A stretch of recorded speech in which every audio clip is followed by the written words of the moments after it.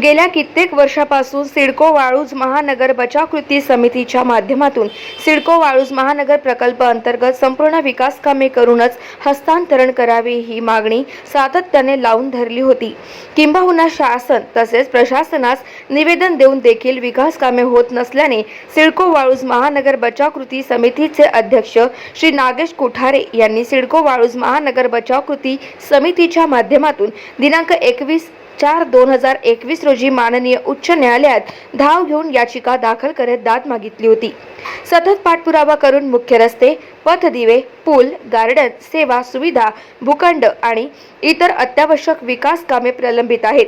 याचे पुरावे माननीय उच्च न्यायालयात दाखल केल्यानंतर नगर विकास विभागाकडून माननीय जिल्हाधिकारी कार्यालयात बैठक घेऊन कामे करण्याबाबत आश्वासित केले होते।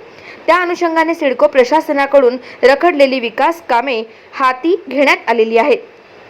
सिडको वाळूज महानगर प्रकल्प अंतर्गत मजबूतीकरण तसेच डांबरीकरणाचे काम प्रगतीपथावर चालू असून पहिल्या टप्प्यात सिडको वाळूज महानगर 2 तिसगाव येथे काम चालू झाले असून दुसऱ्या टप्प्यात सिडको वाळूज महानगर 1 ग्रोथ सेंटर तिसगाव मधील मुख्य रस्ते आणि त्यानंतर नगर 4 असे संपूर्ण मुख्य रस्त्याचे मजबूतीकरण आणि डांबरीकरण करण्यात येणार आहे।